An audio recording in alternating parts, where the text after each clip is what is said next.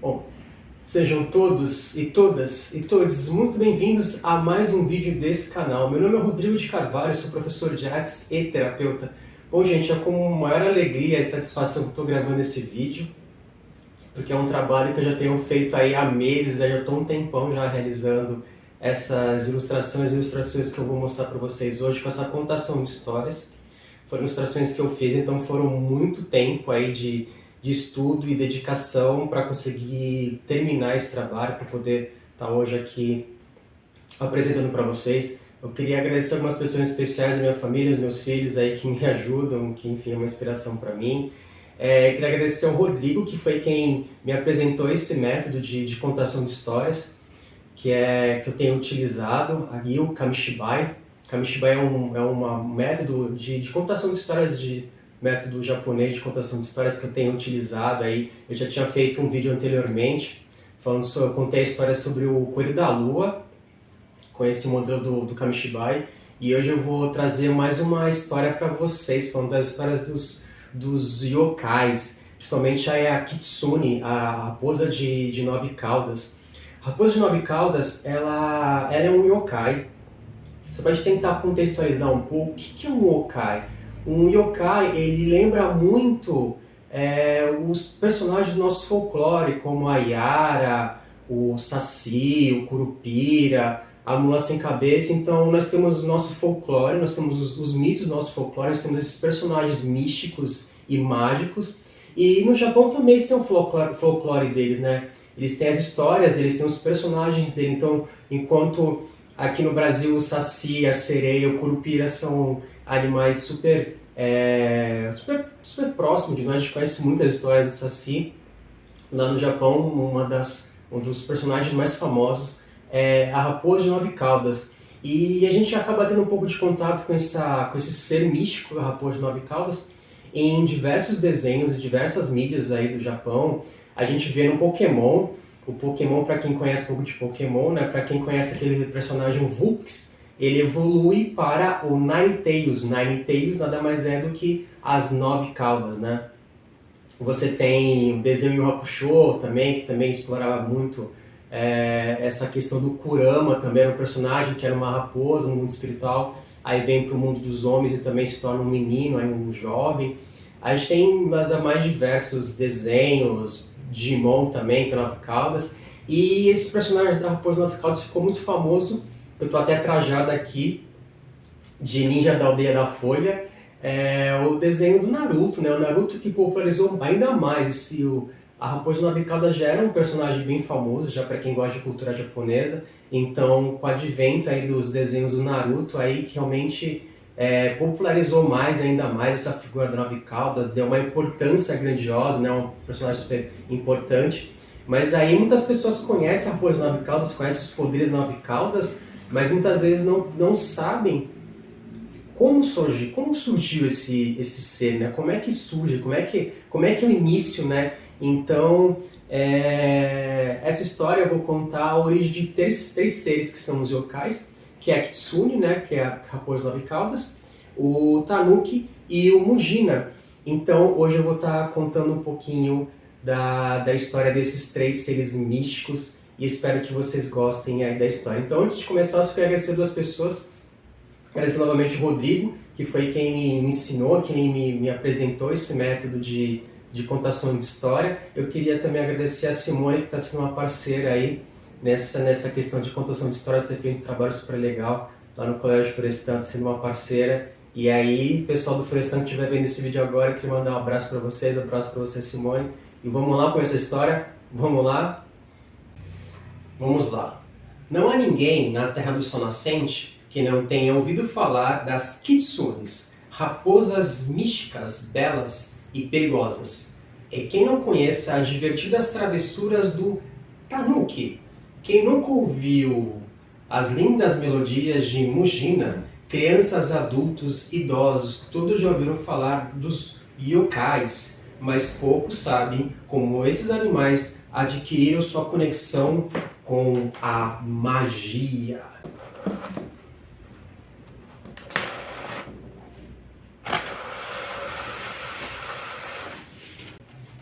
No começo do mundo, Quando a magia era limitada apenas aos deuses e alguns seres especiais, uma raposa ambiciosa soube que 12 animais foram nomeados, animais de honra, por meio de uma disputa.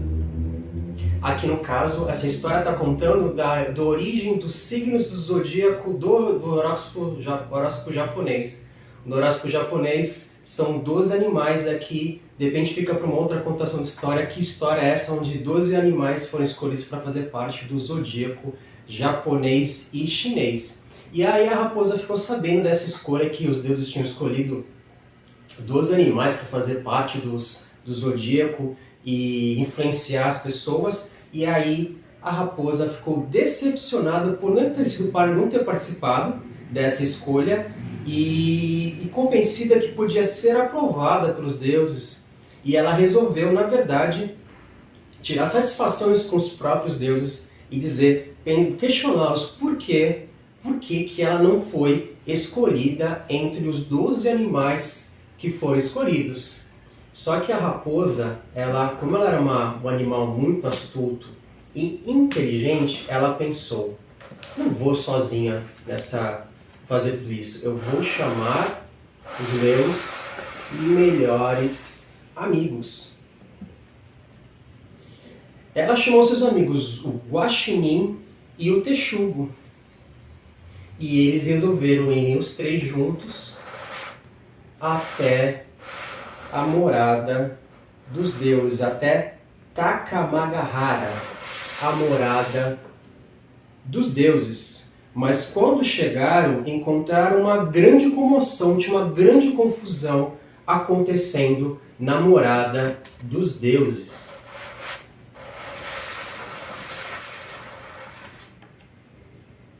Chegando lá, quando eles adentraram aquele palácio, eles viram uma bela mulher com um kimono escarlate dourado, estava tomada por uma fúria silenciosa.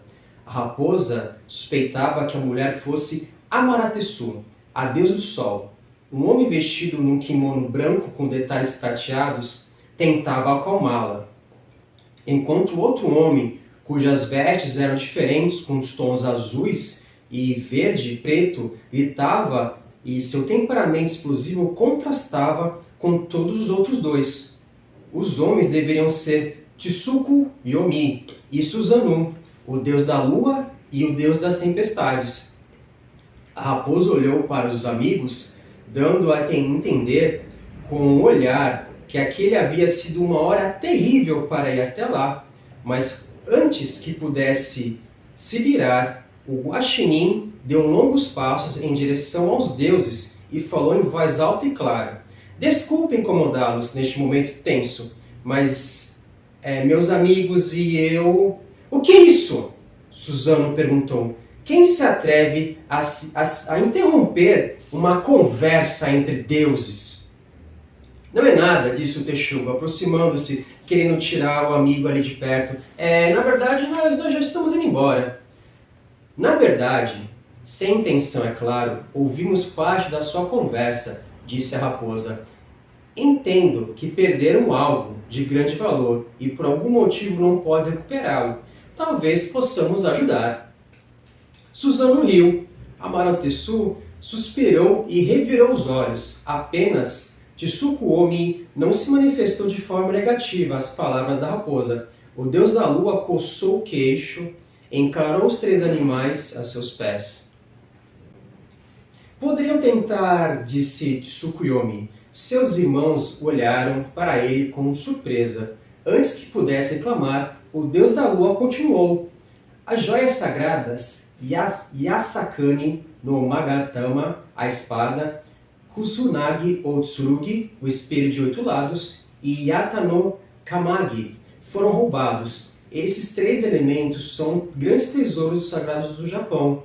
Sem eles, um grande caos começará a existir na Terra. O equilíbrio será quebrado, a fome reinará, e os vis-ladrões são da horda de Onis, demônios das montanhas. Com sua magia conseguiram se esconder de nós e não podemos alcançá-los para recuperar o tesouro. Não conseguimos alcançar os Onis com todo o nosso poder. Amaterasu encarou seu irmão. O que te faz pensar que esses animais podem ajudar? A proteção mágica do Zuni só detecta seus poderes, disse Tsukuyomi. Os animais poderão chegar até as montanhas sem ser notados. Amarante suspirou, parecia haver ficado sem argumentos. Suzano riu, uma risada estrondorosa como trovões, mas divertido, com alegria depois de um temporal. Pelo menos servirão de distração até que pensemos em outro plano, disse o deus das tempestades. Os Onis não estão longe daqui. Habitam as montanhas rochosas, além da floresta. Vocês devem recuperar os 3 artefatos. Vão, bravos animais.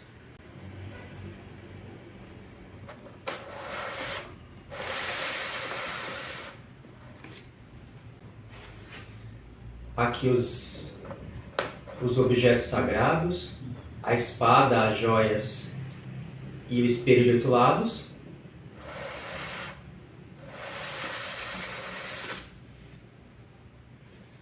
O deus se aproximou e soprou entre eles. A raposa, o guaxinim e o texugo foram envolvidas por uma forte corrente de ar frio. O solo rochoso desapareceu sobre seus pés e foram jogados repentinamente nos arredores de uma floresta exuberante.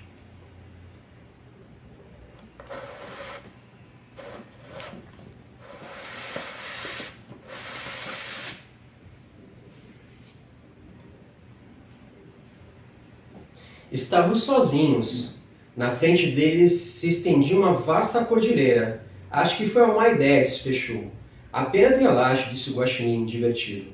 Recuperemos os tesouros e depois recebemos uma boa recompensa. Será divertido, encarou a raposa. Que montanha devemos escalar?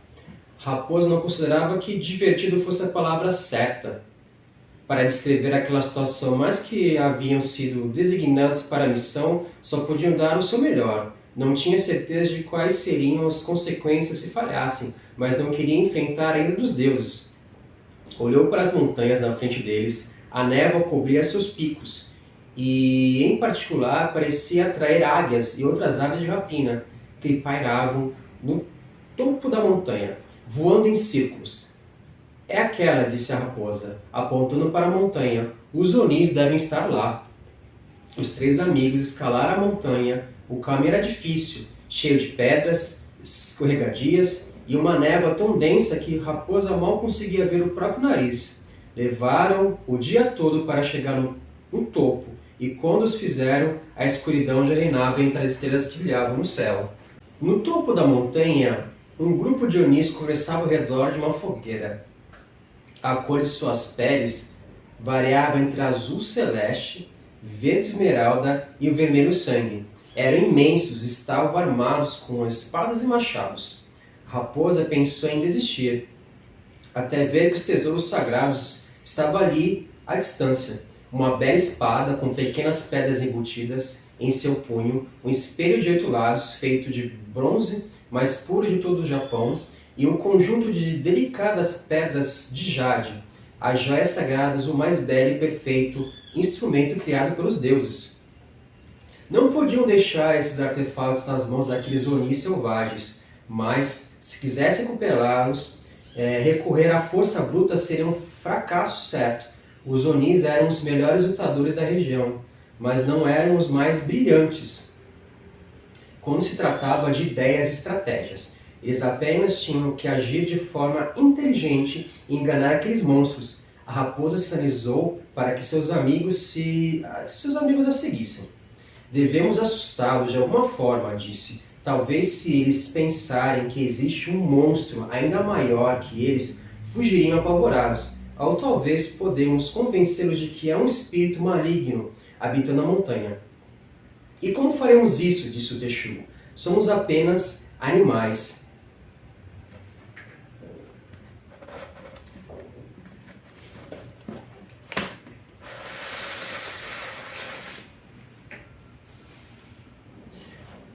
A raposa olhou em direção dos Onis ali reunidos. Suas sombras eram assustadoras. e ampliados pela luz do fogo, pareciam ainda mais ferozes do que realmente eram.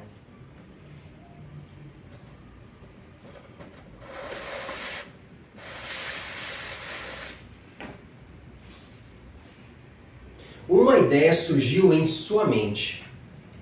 Encorajada, compartilhou-a com seus amigos. Quando terminou, o guaxinim tinha um sorriso radiante estampado no rosto, enquanto o texugo parecia inseguro, mas também disposto a tentar o seu plano.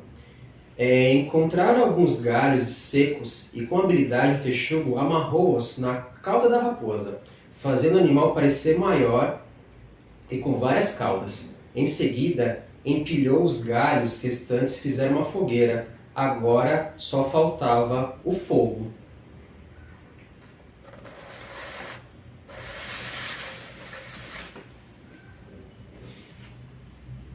A raposa e o texugo pegaram pequenas pedras, cercaram os onis e, de extremo oposto, atiraram nas costas deles, atingindo-os. Os monstros gritaram de raiva, levantaram-se e procuraram a origem dos projéteis.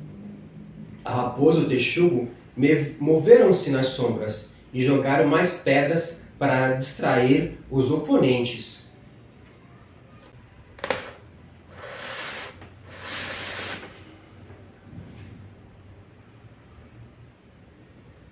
Enquanto isso, o guaxinim correu para a fogueira com o galho e roubou um pouco do fogo. Antes que o Oni o vissem, foi até o conjunto de galhos que haviam juntados e o acendeu. A raposa aproximou-se do fogo.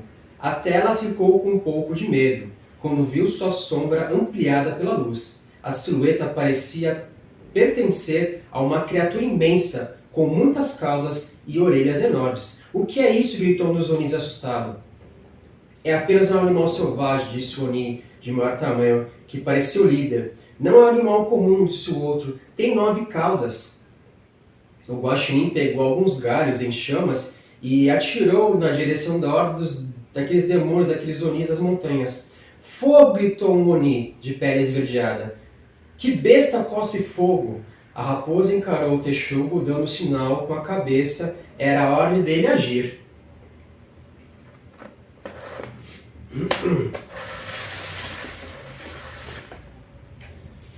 Sou o dragão desta montanha, disse o texugo com uma voz profunda e poderosa.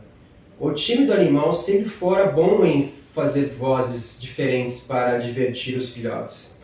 Fora da minha montanha! Se não o fizera, terão que lidar com a minha fúria.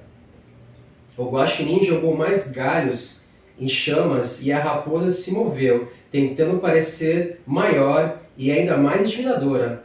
Não seremos intimidados por um dragão, disse o líder dos Onis. Ataquem!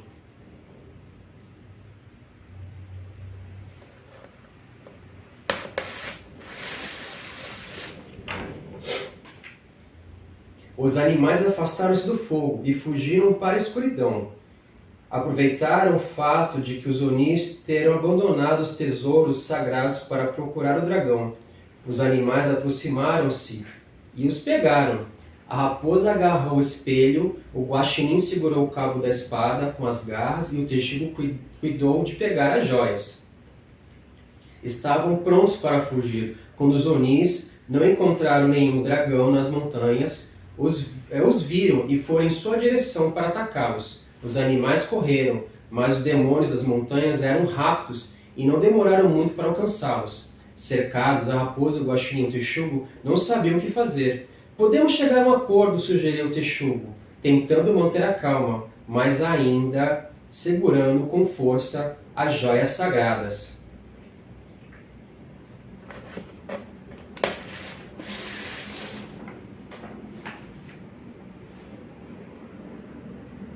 Devemos lutar, disse o guaxinim, empunhando a espada e atacando o Oni próximo, atirando no pé.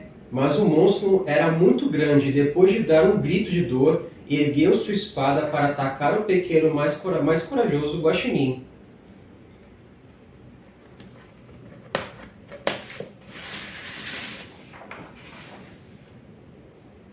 Desesperada para proteger um amigo, a raposa ergueu o espelho e o posicionou contra os primeiros raios do sol. O bronze polido refletiu a luz em centenas de direções, forçando os onis a fechar os olhos e cobrindo o rosto. Os animais aproveitaram aquele momento para fugir. Desceram a montanha, ouvindo os passos pesados e os gritos raivosos dos onis atrás deles. Só um pouco mais estariam seguros e alcançassem a borda da floresta. Poderiam se esconder entre as árvores densas, afinal, o oni não eram bons caçando, presas no território desconhecido.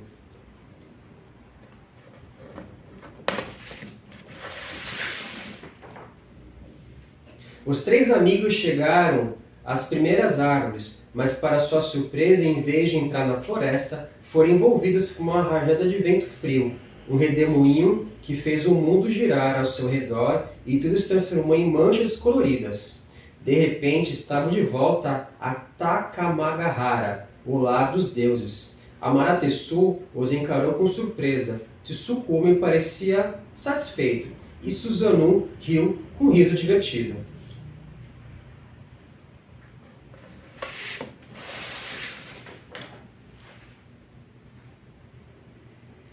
A raposa se levantou e limpou a sujeira de seu pelo, pigarreou e disse solenemente: "Trazemos diante de vocês os 3 tesouros sagrados." Aproximou-se de Amaterasu e colocou o espelho aos pés dela.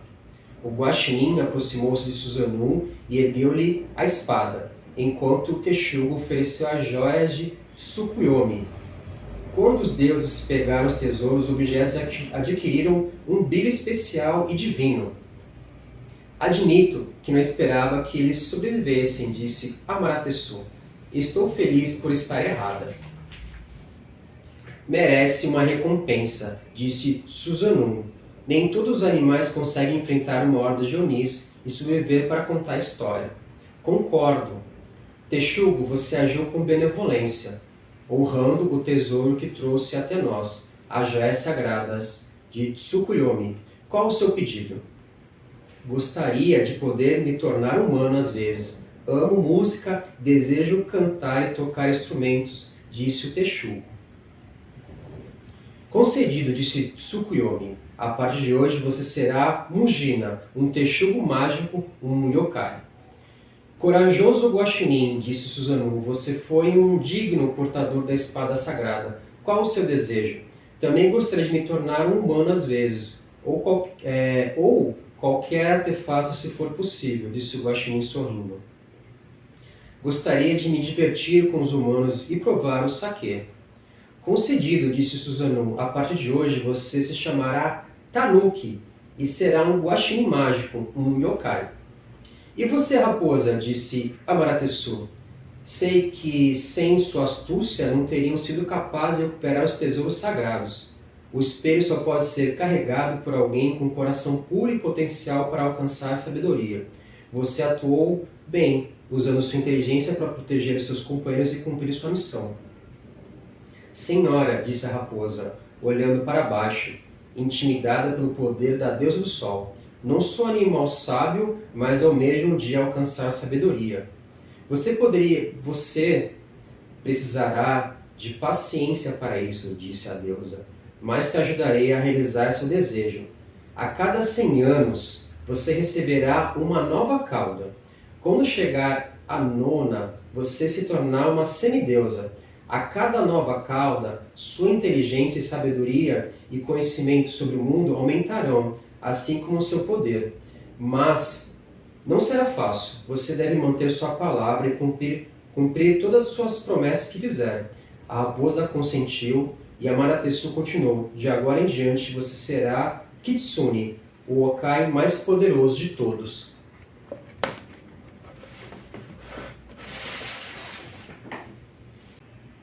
Os 3 animais se sentiram felizes. Haviam conquistado aqueles poderes com coragem e honra e, ao mesmo tempo, restauraram a ordem, a paz e o equilíbrio naquelas terras. A história de suas aventuras como yokais são amplamente conhecidas em todas as regiões do Sol Nascente, e só eles, como todos os guaxinins e raposas e chus, foram afetados pelas magias dos deuses para sempre. Bom, gente, essa foi a história da Kitsune, do Tanuki e do Mujina, um pouco aí dos contos, das lendas do Japão Antigo. Espero que vocês tenham gostado. Obrigado novamente, Simone, pela parceria. Espero que vocês tenham gostado dessa contação de história, gente. Gratidão, gratidão, gratidão.